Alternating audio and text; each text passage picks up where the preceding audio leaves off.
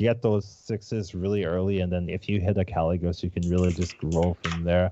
My Ev does have one of the highest 8th win percentages for a top tier hero, so you definitely don't want to hit that side of the bracket and just whiff on everything. A start like this, however, a start like this will prevent those type of whiffs from happening. So Tom's looking really happy about this start, and probably will just take the 2 tokens here. Collins, the shop is illegal. He starts off with a token, imprisons another token, and he has the Dex Swabby in the shop, so he's able to level at a decent rate as well. Doesn't necessarily need to level 2 turns from now. He could do it next turn, or he could just like, I don't know, just hit triples really, really consistently.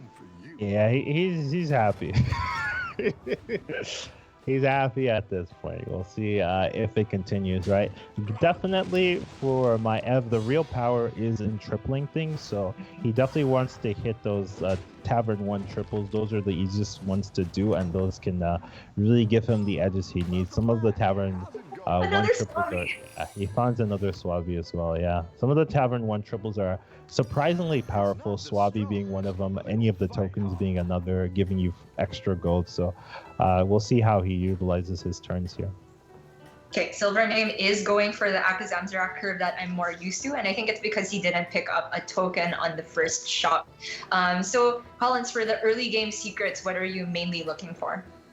Competitive Spirit, I believe, is the name of the secret, the one that buffs all of your minions +1/+1. The reason why you want it is because it affects your board after the turn. A lot of the secrets, they only trigger during the battle, and then they're wasted essentially after that. In the early game, you don't, if you're staying on one longer than your peers, you're usually going to win those battles, so you don't need more power on the board. While Competitive Spirit, it gives you power that lingers, right? So even though you get the secret and it triggers, it'll trigger during the round phase where you continue buffing. Ice Block is also okay.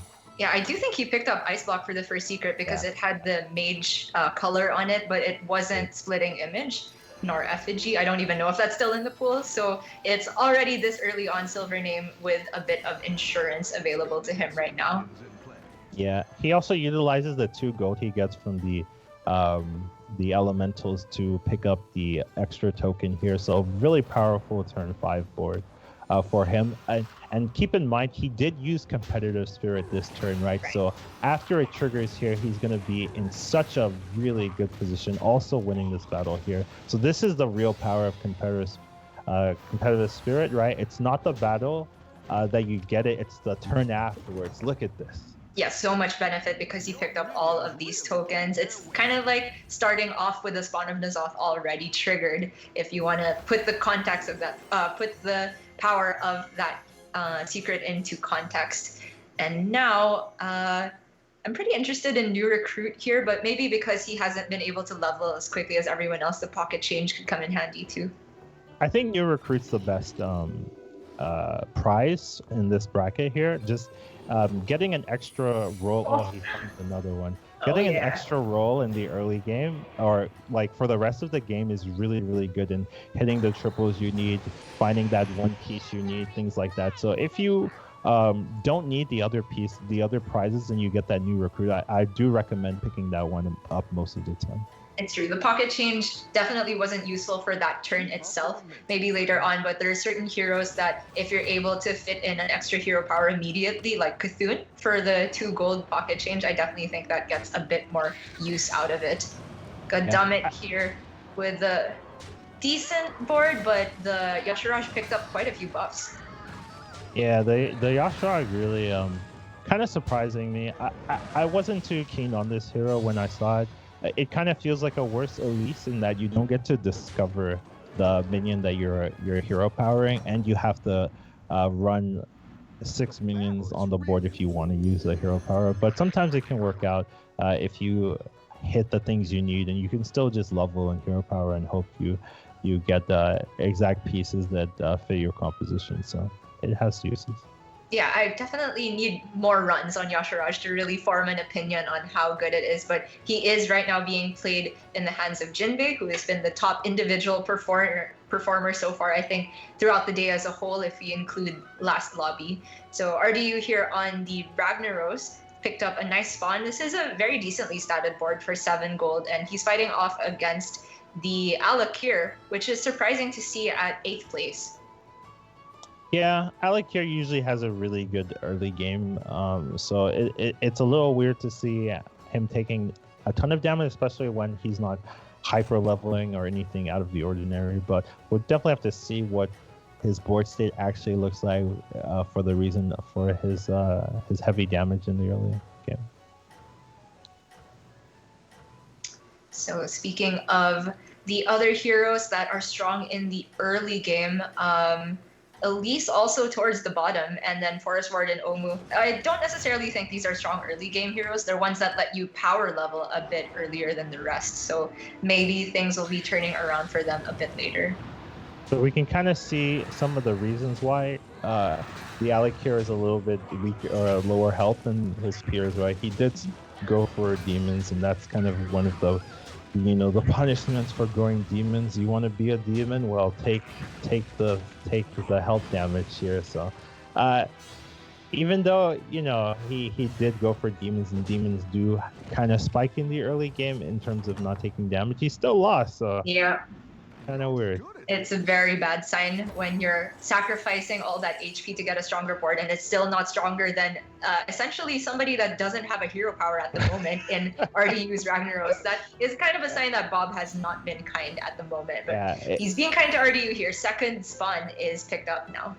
Yeah, it's definitely true, right? RDU technically doesn't have a hero power, and Alakir has one of the better early game hero powers, and you're still losing. So yeah, that is definitely a rough situation to be in there. We're taking a look at Omu, and looks like he's hyper leveling to tier 5 and going for a Murloc strategy. I think this can make sense. The one issue is it can be super risky if he takes a lot of damage here. He needs to roll and hit the Burgurgo, hit the brand, lookout kind of thing. Otherwise, he will quickly fall behind, as Murlocs don't really scale that too well. I'm intrigued about the position of the selfless hero here from Portia, because I feel that the best Divine Shield targets are on one of those 5 attack Murlocs. So why do you think it's after all of them? I don't know, to be honest. I think because he knew it was gonna get hit first. But really, I don't know why his selfless isn't a little bit in front. I think he doesn't care that the selfless has better targets in front. He just wants the Murlocs to get their value before it fades off. I think that would be the main reason, just making sure that the Murlocs get their attacks before the war leader dies, and doesn't really care whatever the selfless buff is going to be good enough in his opinion. I can relate. That's the mark of a man who's had their war leader sniped one too many times, and I can relate. Unfortunately, he loses this combat. Not too much health lost though, so it's going to be around for looking for Bagurgle and Bran, as you said. Do you settle for the Cold Light Seer here, ever? Yeah, I would settle here. The health is relevant, and you can still roll into a Bran. RDU did get his hero power activated on this turn. Having a trigger on 8 gold is really nice. I would say it's probably best case outcome. It's really rare to see a 7 gold trigger, almost impossible. So it's RD is going to be pretty happy. He just has to find units that he wants to keep for the remainder of the game that he can buff. And Tom, not with a particularly strong board state at the moment, but he's been power leveling as well, and he has that free dealing Gambler that's going to unlock next turn, so he'll have plenty of rolls to try and find something impactful. He, strangely enough, has so many pirates that maybe there is some room to just try and cheese out an Eliza type comp, because he's sitting on so many pairs. I actually think he's gotten unlucky so far, considering his start. He had so many pairs in the early game, and usually if you're playing this hero, you want to get the triple on this turn and have the 6 drop here, so you can not take damage and then go from there. And focus your composition, right? Now next turn he might be wasting extra gold rolling, trying to find the triple that he needs to unlock his game. And he's also going to be taking extra damage because he doesn't have the power spike of the 6-drop that he would usually get this year. So I think considering his really good early game start, he got very unlucky in how it starts out. The good thing for him is he's not taking damage here, so at least his opponent wasn't too nutty to punish him for that. Yeah, I think they were teammates actually, Mr. Wuko on the Elise. That makes sense. I don't think they did anything particularly fancy to try and orchestrate that, but it seems like both teammates were just relatively weak for that turn, and it seemed to work out for them. Yeah, I think that's why he was not as worried of leveling or not playing anything. Just realizing that he could get away with it. His teammate's not going to go crazy and punish him there. So makes sense. A lot of team play going out here. This is an interesting pickup here. There's a Malgadon or Little Rag. I don't think the Gar is the line to pick up versus the Little Rag. Okay, so doesn't want to go for elemental comp and just probably wants to focus either a Murloc thing or a full Menagerie comp, and we'll see what he decides to do. Yeah, it's really tough to decide because he did pick up the Bouncer, but he doesn't quite have a Divine Shield minion to be the ideal target. Murzon, thankfully for him, picks up a different minion tribe though, so that is more procs on the Malgadon, and he snipes like the best possible outcome. Yeah. Oh my goodness. Absolute perfect there.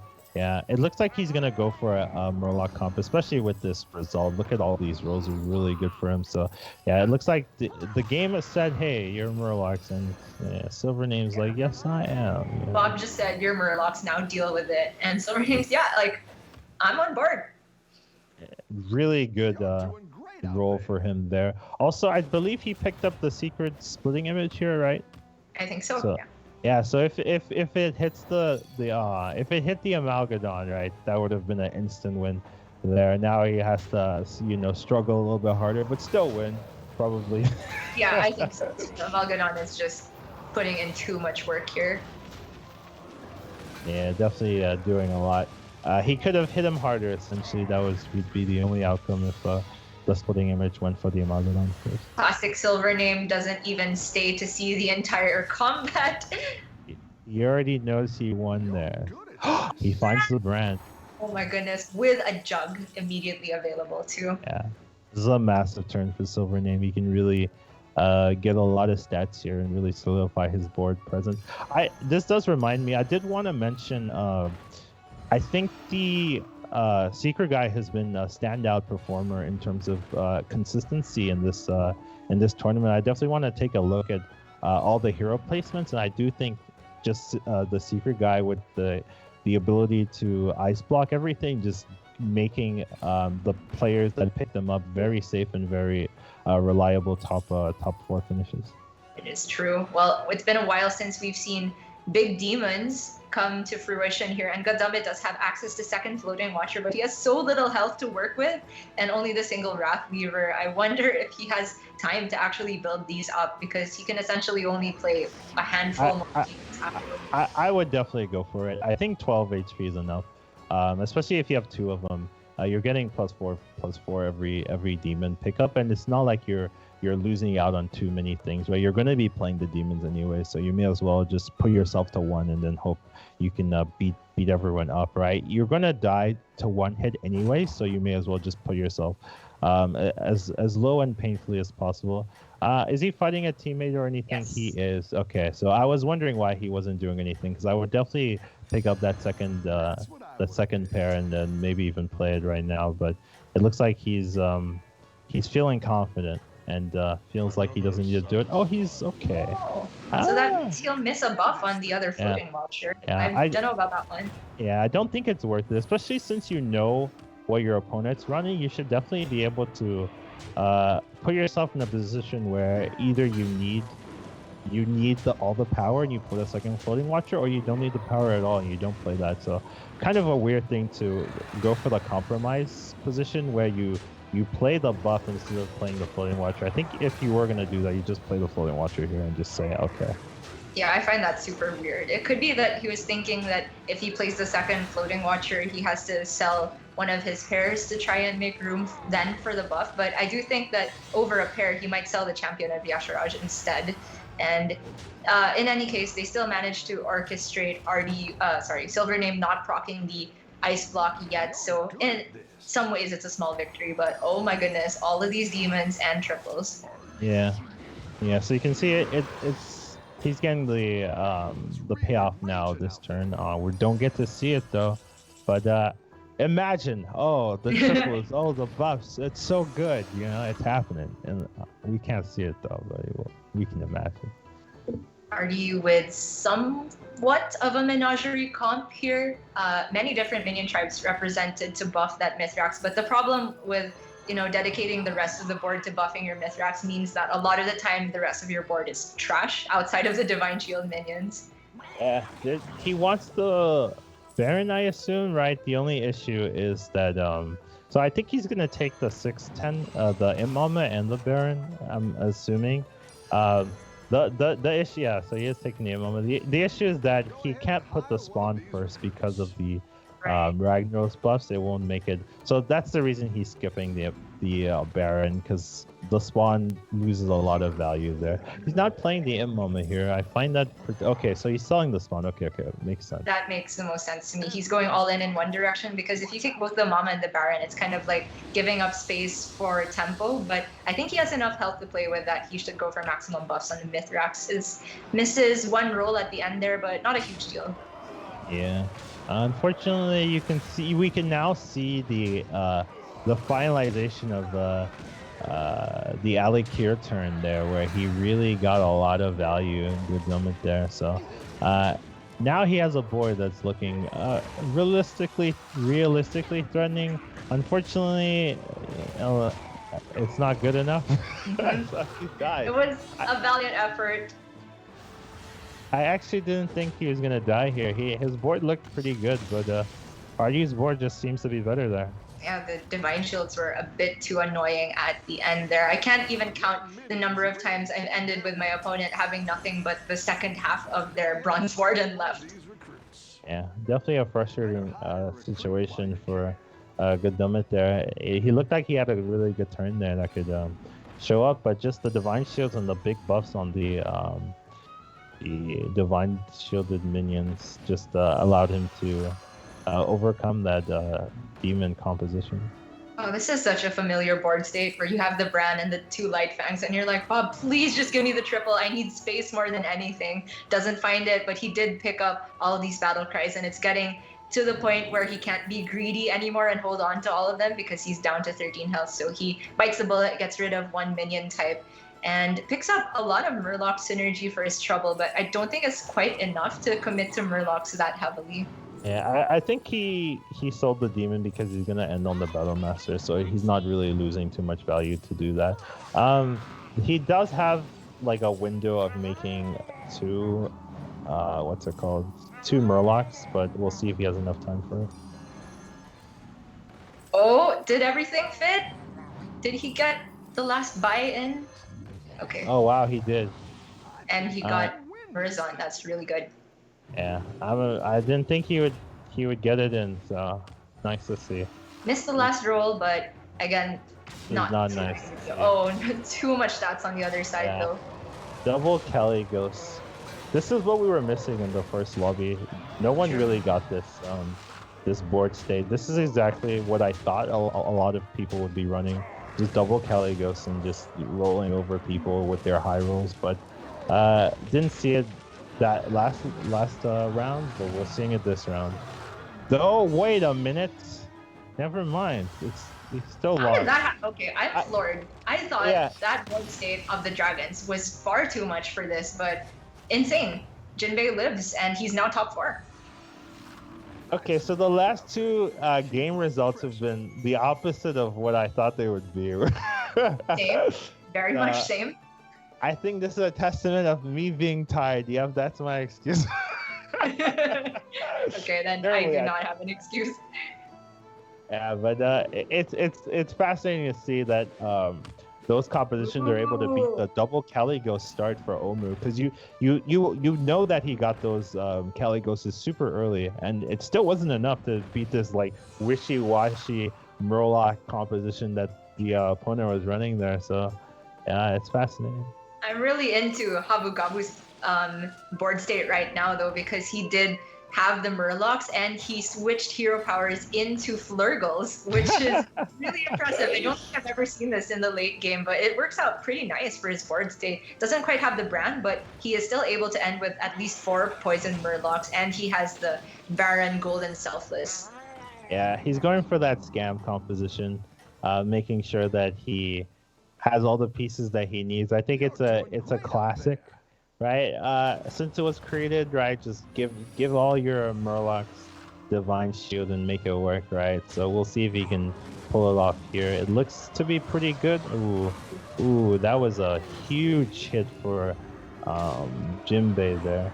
Just sniping both the Baron and the poison minion there. So we'll see if this one Murloc. No! Oh. If it had gone to the right, this could have been a tie, but not quite there. Baron Habugabu not quite able to make the Flurgle dream come true, unfortunately, but I like the effort. Yeah, I think he was extremely unlucky. The one thing I would say that maybe he should have done was put the Selfless first instead of putting the Murloc first, right? You see, he put the Murloc first to get the +4 on those other minions, but then you can see the extreme heavy punish of him just getting sniped. His Murloc died for free, and his Baron died as well before the Selfless could trigger. So I think his greed got a little bit the best of him there, where he should have just not cared about the Murloc buff. The Murloc buff didn't really matter in terms of the Divine Shield buff being there, but it's a small mistake, and it's one that a lot of players will make just because they want to go for all the value possible in the world, and then gets punished by someone having a cleave or someone having that overkill minion there. So. Oh, Collins, I feel very attacked right now. I do that all the time. But you're absolutely right. I mean, there's also the fear that if you have the Selfless go first, maybe it puts the Divine Shield on the Baron itself or the 6-3, which is not the best outcome. But I feel like the risks are a lot worse if you have it second. So I agree in the end there. And I think we can definitely agree that this time the Yashirash will not be losing. Look at the stats on these dragons. It's 5 Caligos that he's had in total. What happened here? He has he's on Tavern tier 5. So how did he get? Oh, okay. He has a golden Murazon. That has to be the reason. Yeah. The golden Murazon must have given him a golden Caligos, giving him another Caligos, and then he just got another Caligos. Yeah, probably the triple off of the Razor Gore or something. This is so nutty. Yeah, this is a Tavern tier 6 type of board, but he's on Tavern tier 5, so you can really see sometimes the high roll Murazons can just give you everything you want and more, and he just has the pieces to win the lobby here. This is giga illegal, but SilverName has been sitting on the ice block since like turn 2, so it's not going to be immediately lethal. Yeah, it's nice if you have an ice block since turn 2 and you never have to use it, So and you're top 3, so. I don't think he's too sad, but he is a little bit sad once he sees Jinbei's board and is just like, oh, okay. Yeah, meaning that we don't win these. Very impressive. Yeah, Jinbei looking like a strong favorite to win back-to-back lobbies, which is huge. And it's not like Portia finished at the lowest possible slot, even if you're 6th place. If your partner gets first for 2 lobbies in a row, it's definitely still going to end up in the positive realm.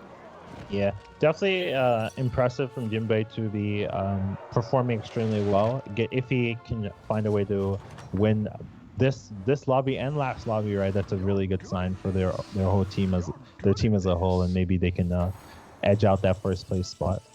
So in terms of trying to beat Jinbei, is it possible if you have like a small bumper taunt to eat the Nadina attack without killing it and then some poisons? Is that the way to go? Maybe it's not possible for RDU at this point, and SilverName also just lost to Jinbei, so one of them maybe. Obviously, one of them will be facing the ghost. Yeah. And that's SilverName, so maybe he has time to put together a win condition. Maybe there's something he can do with Ghoul if he has it proc after Nadina, something like that.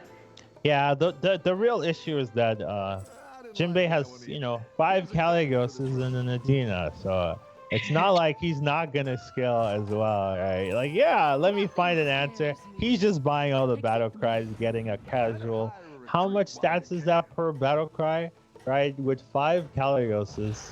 4 + 4 and everything because one is golden. Yeah, on 6 minions, right? So he's getting 24 per battle cry. Easy, you know, just casually rolling in the dough. So yeah, good luck.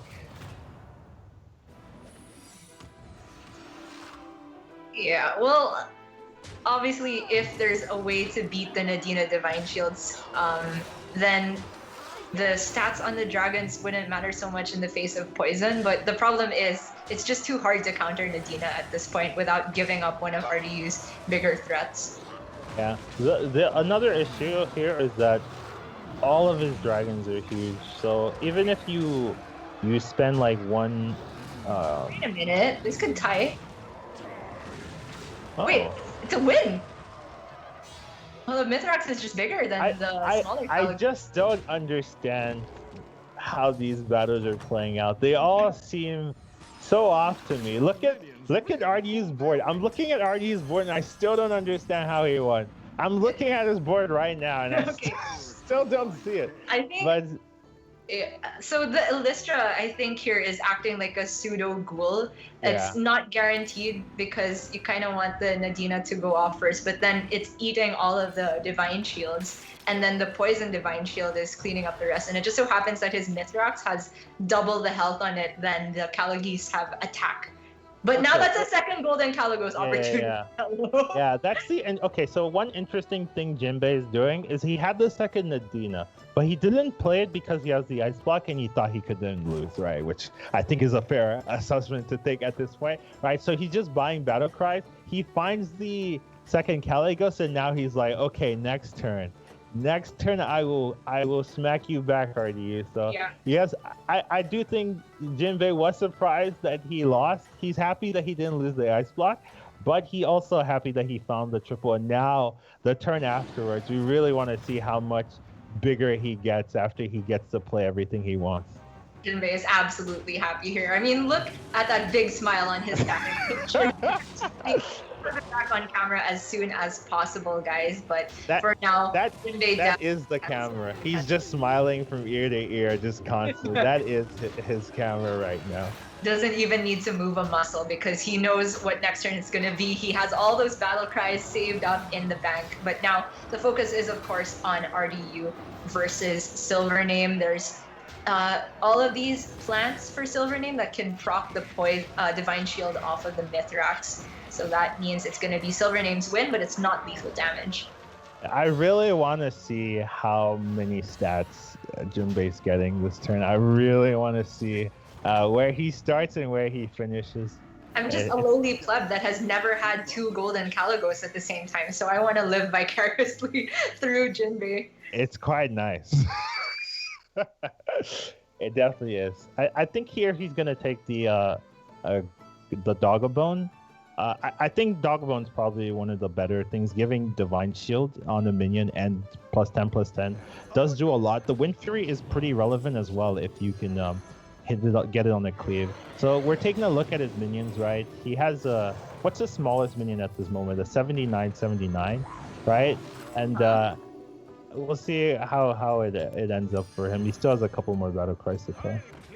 And he picked up his own treasure as well. It's not quite give a dog a bone, but to be fair, with give a dog a bone, you almost never give a beast a bone, really. It's a Murloc that you're giving a bone. But he did pick up the one that lets him discover treasures from every tavern prior here, and now he has the chance to double the attack on his Divine Shield if he wants. Is there time to get everything done? As long as he puts the Nadine on board. Oh, that's huge. Oh my god, the brand hero power. Nutty. So nutty. Yeah. But I like won't even need it. Yeah, I like the gold, the unlimited coin here. Even though he has 1 turn, it does give you 2 gold. And I don't think he needs another tier 6, right? Even if he gets a Caligos or something, right? He doesn't need that kind of thing. So I probably would have went for the gold. He also would have been able to buy the extra battle cry. Not that he really needs it, like his minions are nuts, but it would have been interesting. So he in most circumstances will still take the win here. We've guessed wrong so many times that I don't want to call it just yet. The plan started putting in work for SilverName, but it won't be lethal just yet because I think SilverName has another ice block, which Looks means like a tie. yeah. Okay, so that means that Jinbei has to sell something to make room for all of the battle cries he'll get from his new hero power. But what in the world do you sell with this board? It's too strong. Maybe an 88 AD. I don't even know. I guess he could sell the golden Murazon if anything. If you have faith in finding another Nadina, you could sell that, but I absolutely would chicken out here and just sell the Murazon instead. We're getting to the point where even if he ends with a poison, a relatively small poison instead of a dragon, it's not that big a difference. Yeah, the reason that he they tied there was because his Nadina died relatively out of order, right, where he still had a lot of divine shields left. He's keeping an Elystra in his hand, right? Eventually he's probably gonna play that, replace that with maybe the Murazon or something like that, and then the order will be more clean, where he'll get the extra refreshes in an optimal manner. So Jinbei still has more cards up his sleeve, even though he doesn't need it. He kind of needs it since he's been tying and losing, but he technically doesn't. Like, all the pieces to win are there. He just hasn't solidified it yet. Are you trying to put together enough divine shields he can give the bone to one of his Murlocs? Passes up on the deadly spore there. I guess it's because his last slot is earmarked for selfless hero instead here. The real kicker is the fact that his Mithrax now has 132 health. I think if all the dragon hits go right for him, that has the potential to maybe soak 3 of them. But the divine shields will make things really awkward. Yeah, it's about turn 18, maybe turn 17, turn 18. There's still 3 heroes, and 2 of them have ice block as well. So it's one of those games again. Definitely is. Yeah. You would think that the 100 statted dragons with double Nadina would easily beat everyone else, but no, they're struggling actually to deal with the compositions that our players have created here. So you can really see how effective these players are at creating frustrating comps to deal with, even when your opponent has massive dragons that just beat you down. It's still a hard fought match for him. RD unfortunately goes down here in 3rd place. Habu Gabu got 4th, so it's not like they had a bad showing here together, but he still looks like he wanted to get a better placement there for his team. For sure. You can see the frustration on his face. There was, I guess, not enough health on the Mithrax to soak more than 2 attacks. My mistake. But I was actually interested in Ardu's Elystra placement there. It actually did end up attacking once, so he kind of wasted 1 Divine Shield proc, potentially. I wonder why he didn't have it a bit farther back.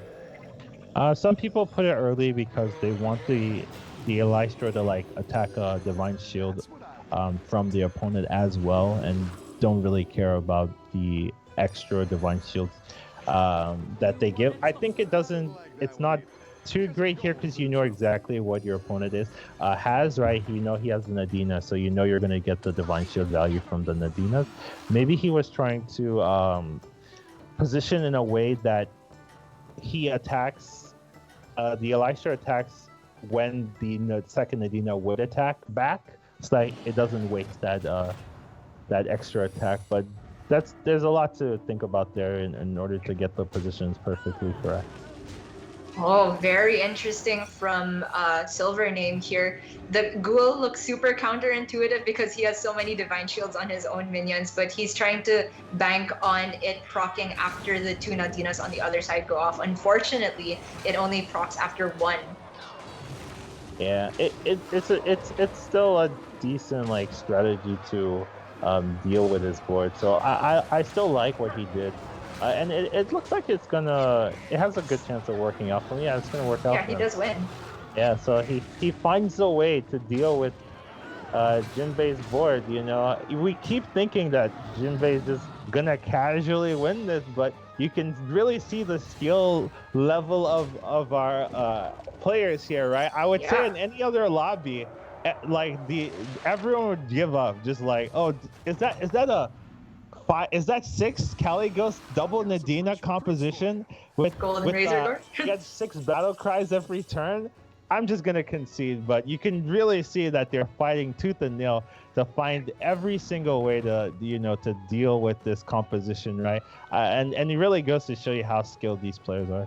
It's really impressive, everything down to the positioning too. But the question is, how does Jinbei get stronger from this point? Honestly, the stats on his dragons don't matter anymore. They are big enough that they can kill anything on the other side in one hit. But the problem is it's poison on the other side. So what he needs is utility more so than battle cries. That's why he's skipping out on all of these battle cries here. There's a ghoul, there's a deadly spore. I don't know the way to figure out how to counter on the other side because SilverName could be switching around his ghouls and Illustras as well. It's too complicated, Collins.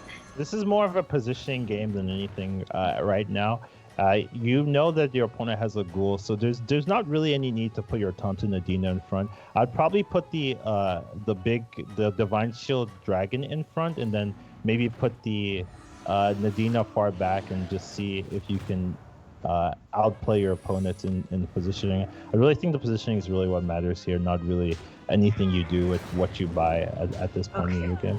Okay, that's huge. So the ghoul went off first, which means that Jinbei gets his first proc on the Nadina and then potentially gets to reset as well after many of the dragons have attacked because the Illustra is still intact as well. That's looking like Jinbei has it this time, but again, I've called it wrong so many times that I don't want to get ahead of myself.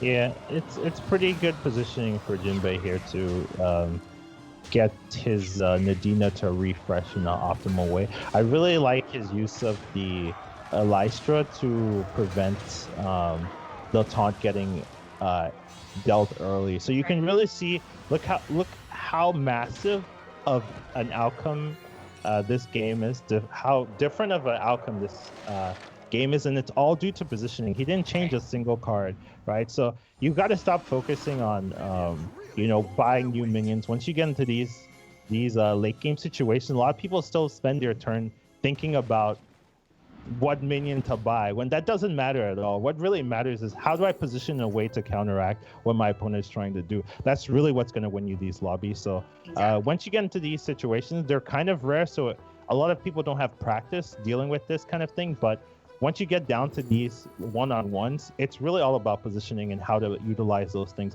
Ghouls and stuff also help with that. So it's usually like ghoul positioning and like finding that key piece, right? Maybe a second Nadina or something like that. Everything else doesn't really matter. The goal doesn't matter and things like that. So well said, Collins. It's really a pleasure to get to watch these two top players from different regions battle it out in these one-on-ones. And every single point matters so much here, because if you looked at the first two groups of the day, there were lobbies that ended up such that the totals were 2 points or less apart. So one first place versus second place finish could determine who ultimately gets to walk away with $15,000 in this tournament. You cannot take these things lightly.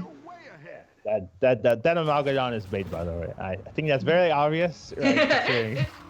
They're both Divine Shield poison, but just to reiterate that it won't help him there. Well, this is a big deal now that the Zap attacked before Yashraj did, and Yashraj did not attack the ghoul, so that is going to completely neutralize the first Nadina proc, and now it feels like SilverName has taken this game. So you can see he counter positioned too, and also another thing that was huge was the secret that he got, the Divine Shield, right, giving him an extra attack as well, so that his minion stays alive to get the Divine Shield back from the Nadina as well. So that Divine Shield reapplication really, I think, won him that round there. So that secret from Secret Guy doing a lot of work in winning him that lobby. So very complicated game, especially in the end. I think it went to like 20 plus turns back and forth, and you could see that